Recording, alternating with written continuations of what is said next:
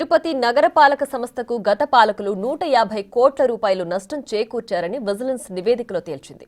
Master plan రహదారుల కోసం సేకరించిన ఆస్తులను కమర్షియల్ గా మార్చి వాటి విలువ పెంచి అయిన వారికి విలువ పెంచి టీడీఆర్ బాండ్స్ ఇచ్చారని, దీంతో నగరపాలక సంస్థ నష్టపోయిందని వెల్లడించింది.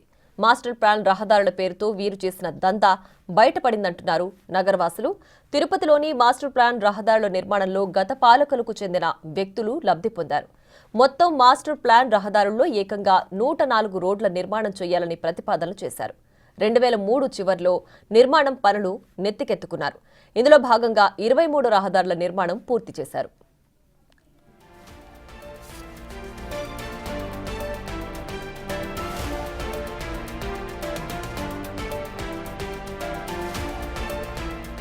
వైసీపీ నేతలు రహదారులు వెయ్యడమే తమ ఆస్తుల విలువ పెంచుకోవడానికి అన్నట్లు అప్పట్లో విమర్శలొచ్చాయి. దీనికి తగ్గట్టుగానే వీరు రహదారులు వేసిన ప్రాంతాలలో వైసీపీ కీలక నేతలైన సజ్జల రామకృష్ణారెడ్డి, పెద్దిరెడ్డి రామచంద్రారెడ్డితో పాటు స్థానిక నేతలు, చివరకు కార్పొరేటర్లు, గల్లీ నేతల ఆస్తులు కూడా ఆయా ప్రాంతాల్లో ఉండడం, వాటికి దగ్గరగా రహదారులు వేయటం పుణ్యాన వీటి ధరలు అమాంతం పెరిగిపోయాయి. అయితే ఇదే సమయంలో తమ అస్మదీయులతో అప్పటికప్పుడు రహదారి వేస్తున్న ప్రాంతాలలో కమర్షియల్ షెడ్స్ వేయించడం, హోటల్స్ పెట్టించారు. వాటిని చూపి ఆ ఏరియా మొత్తం కమర్షియల్ లెక్కలు మదింపు వేయించారు. ఈ విధంగా వారు చేయడంతో పెద్ద ఎత్తున నగరపాలక సంస్థకు, ఖజానాకు నష్టం వాటిల్లింది.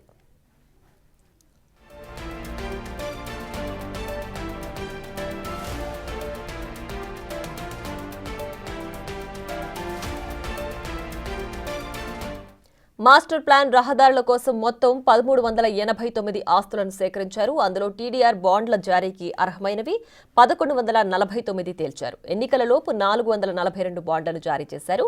ఇంకా 707 బాండ్లను జారీ చేయాల్సింది. అప్పట్లోనే వీటిపైన టీడీపీ పెద్ద ఎత్తున విమర్శలు గుప్పించడంతో వాటిపై అప్పటి మున్సిపల్ ప్రధాన కార్యదర్శి అయిన లక్ష్మి విచారణకు ఆదేశించారు. దీంతో మిగతా వాటిని జారీ చేయలేకపోయారు. జారీ చేసిన వాటి విలువ 850 కోట్లు కాగా అందులో అనవసరంగా 150 కోట్లు పెంచారని, వాస్తవ విలువ 700 కోట్లుగా విజిలెన్స్ తేల్చి చెప్పింది. మొత్తం వ్యవహారంలో కీలక పాత్ర వహించిన అప్పటి ఎమ్మెల్యే భూమన కరుణాకర్ రెడ్డి, ఆయన కుమారుడు మాజీ డిప్యూటీ మేయర్ అభినయ్తో పాటు మిగిలిన అధికారులు దందా నడిపారని అంటున్నారు. దీనిపై ఇంకా పూర్తి సమాచారం ఎంక్వైరీలో బయటకు రావాల్సిందే.